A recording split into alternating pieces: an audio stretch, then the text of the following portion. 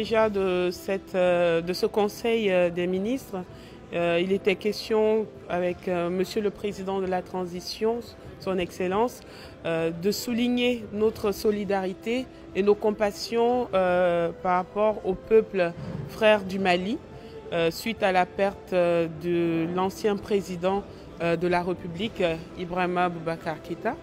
Et aussi, il était l'un des points saillants qui est revenu à travers le message de Son Excellence, Monsieur le Président de la Transition, était un message invitant l'ensemble des membres du gouvernement à la cohésion, au travail et surtout à renforcer le travail d'équipe, à renforcer la transparence dans la prise de décision, la collectivité dans nos actions gouvernementales. Et aussi, il était aussi question de travailler à ce que l'ensemble des équipes qui travaillent dans nos cabinets se sentent associées dans la prise de décision et se sentent impliquées dans le travail collectif. Donc, il était il est revenu là-dessus à plusieurs égards.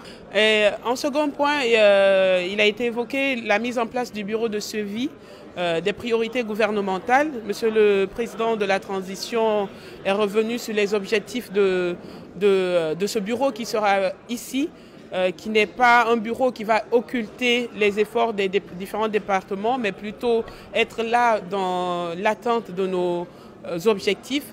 Un bureau aussi qui va servir de remonter des informations sans pour autant mettre en parallèle les efforts du gouvernement.